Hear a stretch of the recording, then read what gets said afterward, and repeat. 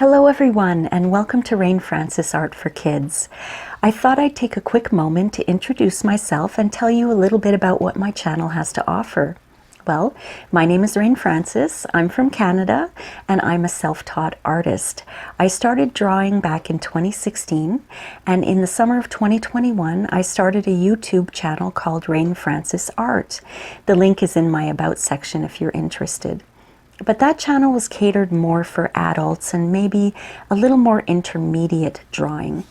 I had some of my friends ask me, Rain, can you make some videos that are a little easier for beginners and maybe a little kid-friendly? And this is how Rain Francis Art for Kids came to be. I have all of my drawing lessons separated into different playlists. They're kind of like TV series. For example, I have a playlist called Alphabet Soup, and in Alphabet Soup, all of the lessons start with choosing a letter from the alphabet, and we draw food that starts with that letter. It's a lot of fun.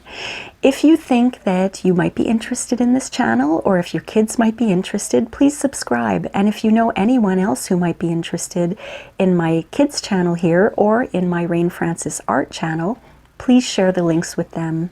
Thank you so much for being here, and I'll see you soon. Bye!